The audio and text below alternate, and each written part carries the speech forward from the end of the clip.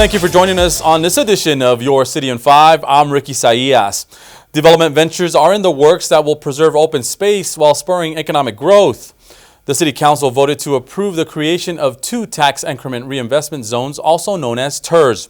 The state program allows cities to create special zones to generate public funding and attract new investment in an area. One of those zones is in the northwest part of town. Tax Increment Reinvestment Zone number 12 is situated on top of a piece of undeveloped land located next to the Franklin Mountain State Park and owned by the city. The concern there is that a lot of the community would like to see that land preserved forever. However, what's important to remember is that there was a compromise in 2013 wherein a good portion of that land will be preserved. However, there is a smaller portion that will be developed sometime in the future. On June 26, City Council will consider the final project and financing plan for the approved TIRZ. It will govern how the funds for those TIRZ can be spent. In the meantime, a number of community meetings have been held to get input from the public about TIRZ and inform residents how these zones work. The city is encouraging residents to attend. The next meetings are June 6th at the Northeast Regional Command Center on Dyer and June 7th at the Pebble Hills Regional Command Center. From northwest to northeast, the city rolled out the new Sun Metro Transit Center at Northgate during a special grand opening.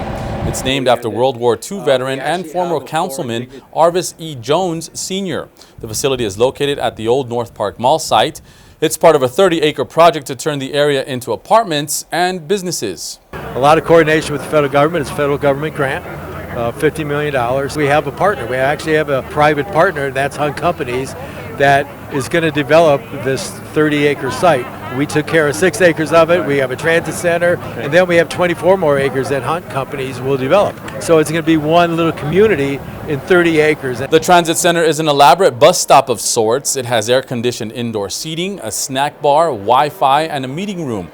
Outside there's benches, shade, bike racks, 2-level parking, and it features an art sculpture that honors the old Sunrise Center on Dyer. One of the things that I was told when they actually placed the art up was they were happy to see that there was some of the Northeast history that was actually part of this, because although I wasn't here during the heyday, a lot of people remembered that monument, that obelisk. The transit center also has space for retail shops. The land around the facility will eventually be developed and be known as Metro 31. Well, June is here and it's going to be hot. There's a few places around town though to beat the heat.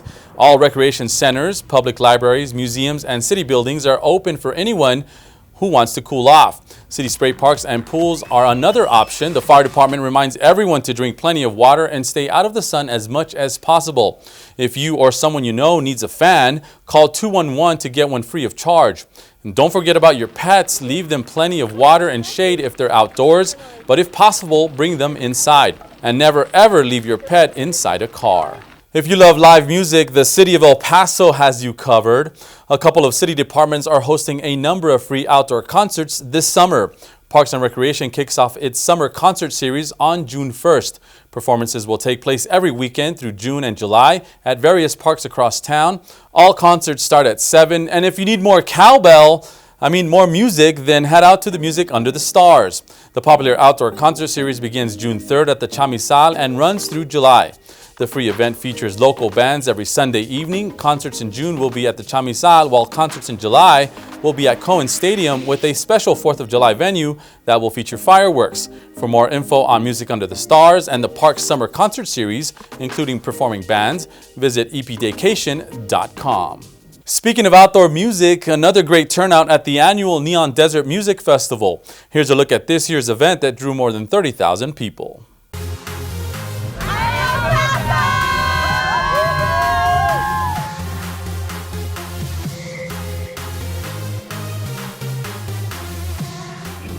El Paso has evolved so much, and I think that Neon Desert is it adds to it. It's so amazing. It's a lot of tourism now. El Paso seems like it's getting big.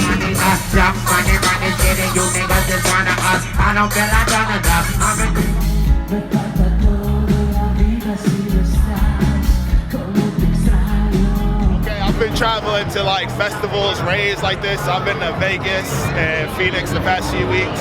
And I've been going kind of cross country, and now I'm here in El Paso. I love it. It's fun. What more can I say? It's kind of unique in its own way.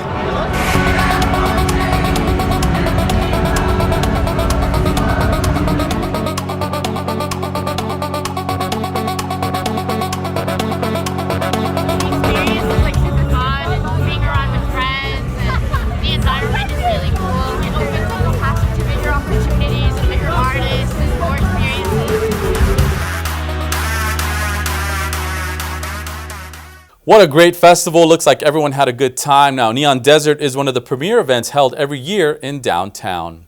In other city happenings, animal lovers, your help is needed to foster and adopt pets at the Animal Services Shelter. The busy season is in full swing at the shelter, and hundreds of animals are filling the kennels. Animal Services is looking for foster families who are willing to care for cats with kittens. The program is free. All of the supplies are provided, including food. If you're looking for a longer-term commitment, Animal Services also needs people to adopt both cats and dogs. To learn more about fostering and adopting, visit elpasotexas.gov. The El Paso Zoo has added a new member to its animal family. Meet Misha. She's a young female Asian wild horse born in April at the zoo. She is part of a species that came close to extinction. You can say hello to Misha and all of the other animals by visiting the El Paso Zoo. And that's going to do it for this edition of Your City in 5, but you can keep up with all city news by visiting citytvep.com. We're also on social media, and of course you can always catch us on City TV. Until next time, I'm Ricky Saillas for Your City in 5.